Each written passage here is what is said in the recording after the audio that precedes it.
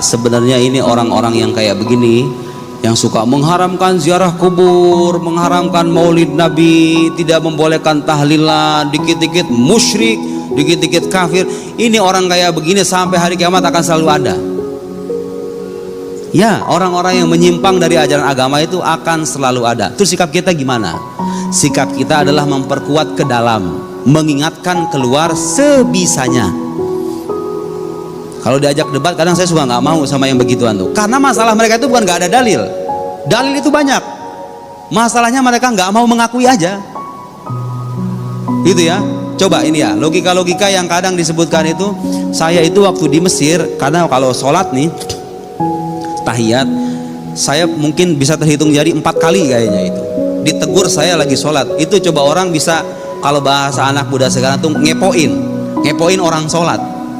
Bacaan tahiyat saya itu kan asyhadu alla ilaha illallah wa asyhadu anna sayyidana Muhammadan Rasulullah.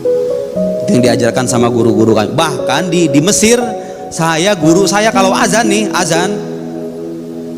azannya itu ditambahkan sayyidana. Asyhadu alla ilaha illallah, asyhadu anna sayyidana Muhammadan Rasulullah. Di azan itu ditambahin. Boleh nggak? Boleh. Karena azan itu tidak punya kesucian seperti halnya Al-Qur'an. Bahkan justru penambahan sayyidana itu bentuk penghormatan kita kepada Nabi, supaya mukhalafah li ahlil bid'ah, supaya kita beda identitasnya dengan ahlul bid'ah.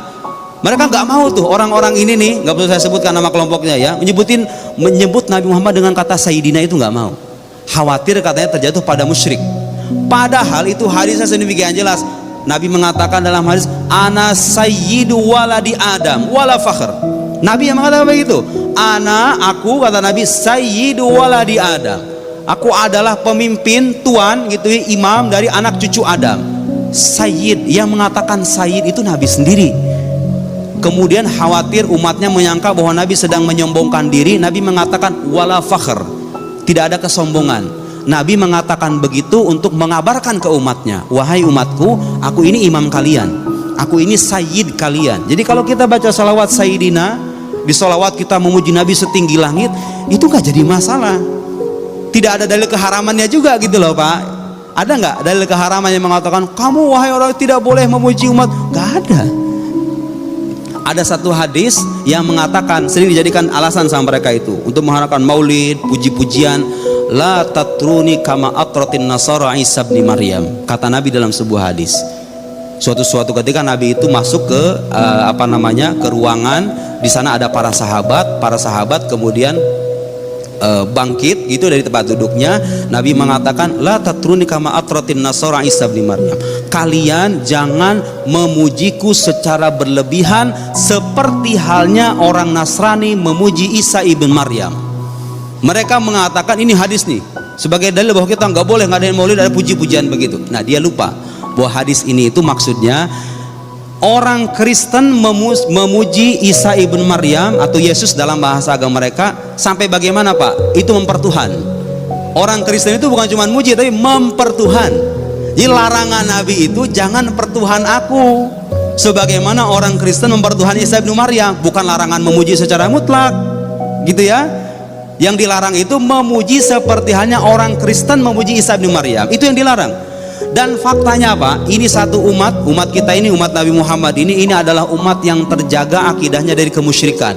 Tidak ada, Bapak bisa cek, saya belajar dulu jurusan akidah filsafat, mata kuliah namanya Al-Firaq Al-Islamiyah, sekte-sekte Islam banyak sekali dalam sejarah itu. Tidak ada satupun sekte, satu sekte yang mempertuhan Nabi Muhammad itu nggak ada. Dijaga akidah kita itu.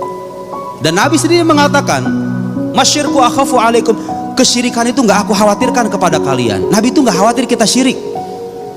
Seperti hanya orang-orang itu khawatir kita jatuh dalam syirik, ya kan? Nabi itu nggak khawatir. Tahu nggak apa yang dikhawatirkan sama Nabi itu? Bukan kemusyrikan, karena Nabi tahu bahwa umatnya akan dijaga dari kemusyrikan itu. Yang Nabi khawatirkan itu adalah dunia. Antana fasufiha, kalian saling berlomba-lomba, bersengketa, berantem, ribut gara-gara. Dan sekarang terjadi kan, orang-orang Islam tuh kurang kaya apa tuh negara-negara Arab itu. Kenapa saudara-saudara kita masih terbengkalai begitu? Fulus, masalah dunia. Semua itu adalah masalah dunia. Banyak orang-orang terzolimi, masalah dunia.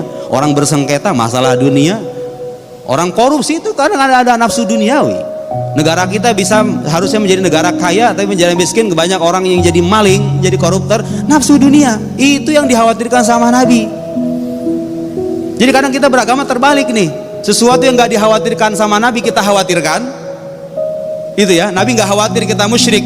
Orang itu nggak boleh maulid nanti musyrik, nggak boleh ziarah kubur musyrik. Nabi nggak khawatir kita musyrik.